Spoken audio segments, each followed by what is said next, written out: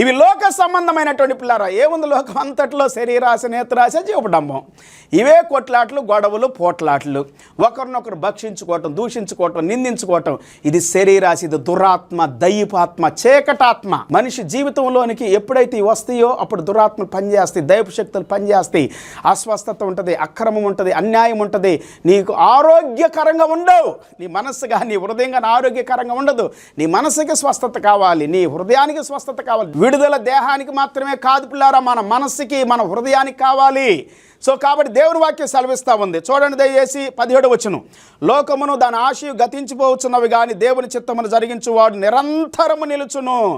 చిన్నపిల్లలారా, ఇది కడవరి గడియ. క్రీస్తు విరోధి వచ్చునని వింటిరి కదా. ఇప్పుడును అనేకులైన క్రీస్తు విరోధులు బయలుదేరి ఉన్నారు. ఇది కడవరి గడియ అని దీని చేత తెలుసుకొనుచు ఉన్నాము. ఇది కడవరి గడియ అని దేవుని వాక్యం సెలవిస్తా ఉంది పిల్లారా.